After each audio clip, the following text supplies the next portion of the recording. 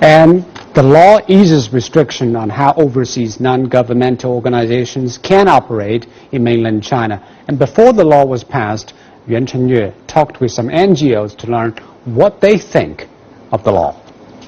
Shanghai Roots and Shoots was approved as a non-profit organization with foreign affiliation in the country more than 10 years ago. It is from the Global Environmental Education Organization founded by world-renowned primatologist Jane Goodall.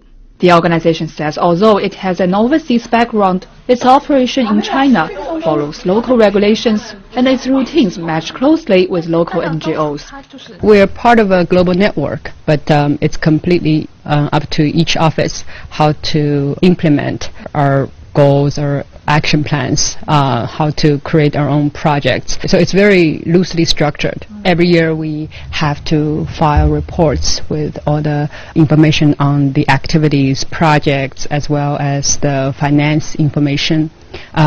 We submit all the information to the government. The draft law seeks to remove the restriction limiting each NGO to one office on the Chinese mainland. If approved, they will be allowed to open offices according to needs. Zhong says the country has slowly made it easier for NGOs to operate, which helps promote further development. There are smaller organizations started by maybe foreigners who lived in Shanghai, and now they are registered completely as local organizations.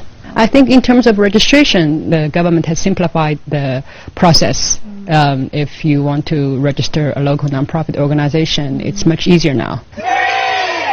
A lawyer says the country's draft law will lead to better management of overseas NGOs operating in China. He says at the moment there's no specific regulation for NGOs. He adds the registration status for some overseas NGOs can be confusing, as many were set up in different forms ranging from a foundation to a business. This, he says, makes it difficult for the government to supervise their funding and operation.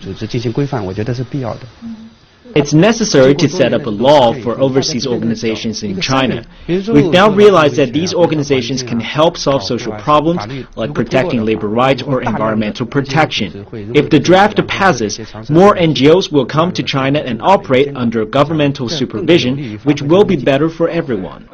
China's Ministry of Public Security says there are about 1,000 overseas NGOs working long-term in China.